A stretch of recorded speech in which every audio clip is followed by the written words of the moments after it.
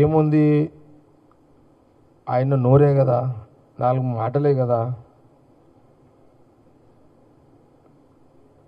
ఇప్పుడు మీరు ఏమంటారు అవి బ్రేకింగ్ లేయాలంటే ఏదోటి అనాలి. ఓన్లీ హరీష్ రావు టీవీలలో బ్రేకింగ్ల కోసమే రేవంత్ రెడ్డి పేరు, ఉత్తమ్ రెడ్డి పేరు ఉరేయాలని మాట మాట్లాడుతున్నాడు. ఓన్లీ బ్రేకింగ్ల కోసమే. హరీష్ రావు బ్రేకింగ్ మీరు వేయాలంటే కొత్త పదం వాడాలి, అలాంటి పదాలు వాడుతున్నాడు అతను. ఇది కూడా కరెక్టే. అవును, నీళ్ళు ఇయ్యనోళ్ళనే ఉరేయాలని హరీష్ రావు అంటుండు. మరి డ్యామ్ కూలిపోవడానికి కారణం హరీష్ రావుని ఏం చేయాలి?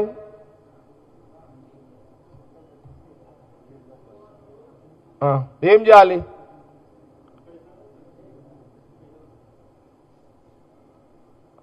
వాళ్ళకి చెప్పుండు భయ్, వాళ్ళకి తెలివాయి కదా. నువ్వు ఇట్లా అంటే వాళ్ళకి ఏం తెలుస్తుందా అని అమ్మ మీ నోతోడు చెప్పుండే కదా వాళ్ళకు.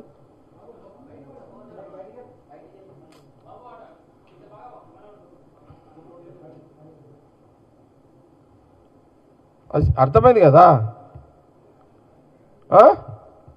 ఇది మంచి ఆలోచన. ఇది ఏంది, మీరు డ్యాము నీళ్ళు ఆపినందుకే నువ్వు మా వాళ్ళని రేవంత్ రెడ్డిని ఊరే అంటున్నావు.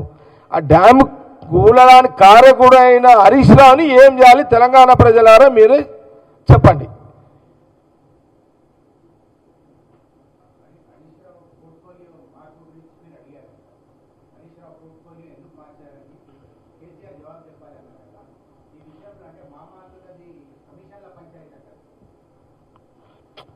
అంటే ఈశ్వర్ అన్న నేనేమంటున్నా అంటే, ఇక పైసల పంచాయతీలు నేను పోను, కానీ డ్యాము కట్టేటప్పుడు ఇరిగేషన్ మినిస్టర్గా హరీష్ రావు వల్ల అక్కడ డ్యాము దగ్గర తప్పిదం జరిగిందని గ్రహించే ఆ శాఖ నుంచి కేసీఆర్ గారు హరీష్ రావును తప్పించిండు. తప్పించిన తర్వాత కేసీఆర్ గారు ఆ డ్యామ్ మేడిగడ్డ డౌట్ని కొంత టెక్నికల్గా ఇంజనీర్ చెప్పిన తర్వాత అతను తప్పించి దాన్ని రెక్టిఫై చేసుకోవడానికి జాగ్రత్తలు తీసుకున్నారు. కానీ అప్పటికే కేసీఆర్ చేతులకి వెళ్ళిపోయింది. అది అతని చేతిలో లేదు. అది మామూలు చిన్నదేం కాదు కదా.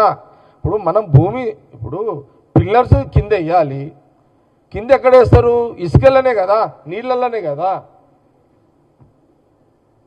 దానికి ఎన్ని జాగ్రత్తలు, మనం ఇల్లు కట్టేటప్పుడు బేస్మెంట్కి ఎన్ని జాగ్రత్తలు తీసుకుంటాము. ఇక్కడ ఏమైంది, వీళ్ళు హరీష్ రావు మినిస్టర్గా తాను టెక్నికల్ ఇంజనీర్ చెప్పింది వినలే, ఇతను ఇంజనీర్గా ఫీల్ అయ్యి చేసిన కథ ఇదంతా. అతను ఇంజనీర్ చదివిండా చదవలేడా? ఏం చదివిండేనా? డిప్లొమా ఇంజనీరా? ఏదోడు కాలబెట్టాడు, చదివిండు. ఆయన చదువు ఇట్లనే నోరున్నట్టు మాట్లాడిండు, నోరు ఉన్నది కదా అంటే ఇట్లా ఓవర్ యాక్షన్ చేసే ఈ డ్యాము కూలిపోయింది మేడిగడ్డ. అరే తప్పులని మీరు చేసి మాట్లాడితే రేవంత్ రెడ్డి ఉత్తమ్ రెడ్డి అంటే అదేం పద్ధతి హరీష్ రావు? ఇట్లా కాదు కదా. తెలంగాణ ప్రజలారా ఆలోచన చెయ్యండి. ఇది కాంగ్రెస్ పార్టీకి తప్పు చేస్తే తప్పు చేసినామని చెప్పుకునే దమ్ము కూడా మాకుంది. ఆ దమ్మున్న లీడర్షిప్ మీది కాదు. మేము అసలు తప్పు చెయ్యము. ఆ రోజు రాజశేఖర రెడ్డి గారు ముఖ్యమంత్రిగా ఏం చేసిండు?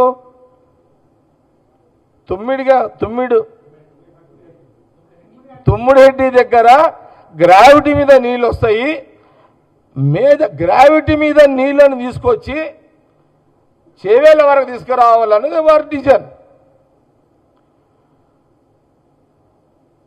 నేను కూడా తుమ్మిడిహెడ్డి దగ్గర పోయినా, నేను ఆ నది చూసిన. ఇప్పుడు ఆ ఛత్తీస్గఢ్ ఆ అడవులకి వాటర్ వస్తూనే ఉంటాయి, ఫ్లో అవుతుంటుంది. వర్షాలు పడితే వచ్చే వాటర్ కాదు అది తుమ్మిడిహెడ్డి దగ్గర. అక్కడ గ్రావిటీ నీళ్ళు వస్తూనే ఉంటాయి ఎప్పటికీ.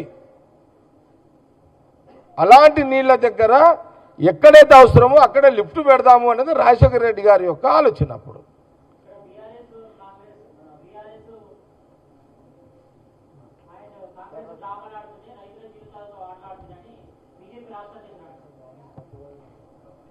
వాళ్ళేదో మాట్లాడాలని మాట్లాడుతున్నారు బీజేపీ వాళ్ళు.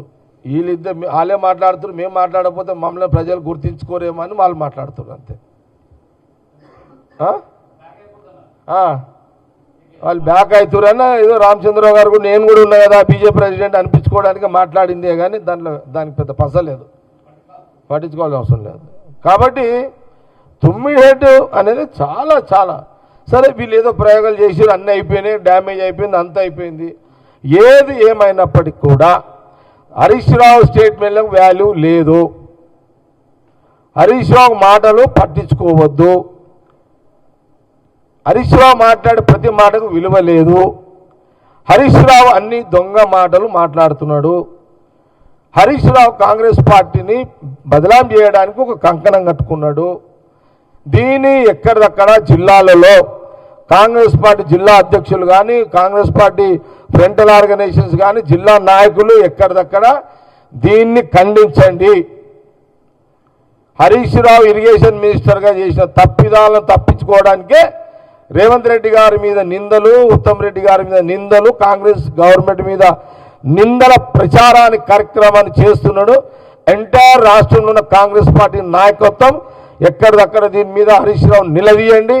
దీని మీద ఇలాంటి ప్రశ్నలు ఆయన అడగండి. నువ్వు చేసిన తప్పులను కాంగ్రెస్ పార్టీ ఎందుకు బదలాం చేస్తున్నావని ఏ జిల్లాలో ఆ జిల్లాలో హరీష్ రావు వస్తే ఎక్కడిదక్కడ ఆపండి, జవాబు చెప్పమని చెప్పండి. Okay, thank you.